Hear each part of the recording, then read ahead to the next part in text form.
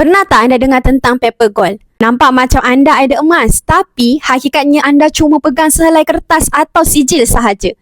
Ramai orang pilih paper gold sebab nampak lebih murah. Tak perlu fikir kos pembuatan, tak risau pasal simpanan dan kononnya boleh elak risiko kecurian. Tapi di sebalik semua kelebihan itu, ada risiko yang sangat-sangat besar yang selalu orang tak nampak. Antaranya, sijil boleh dipalsukan.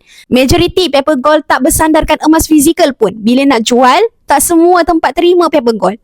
Kadang-kadang anda pegang kertas sahaja. Emas entah ada ke tidak. Berbeza dengan emas fizikal. Walaupun harganya sedikit mahal, sebab ada kos pembuatan, tapi emas fizikal ada dekat tangan kita, tuan-puan. Bukan hanya atas kertas. Emas fizikal juga boleh dijual dan dipajak di mana-mana seluruh dunia. Anda sendiri pegang simpanan anda, bukan bergantung pada sistem kewangan. Public Gold terbukti hasilkan 100% emas fizikal berkualiti dengan harga belian dan jualan antara yang terbaik di pasaran. Bila simpan emas fizikal ni, tuan-puan pegang kuasa penuh atas simpanan tuan-puan sendiri. Tak perlu risau sistem kewangan jatuh, account freeze atau sijil palsu.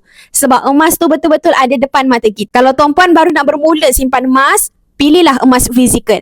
Sebab emas fizikal lah yang bantu lindungi kekayaan kita. Nak tahu macam mana nak bermula? Boleh tengok video dekat profile Fad atau terus sahaja klik link di bio. Nanti Fad akan bantu tuan-puan dengan sebaiknya. Teruskan follow Fad untuk dapatkan lebih banyak ilmu simpanan emas dan juga kewangan. Semoga bermanfaat.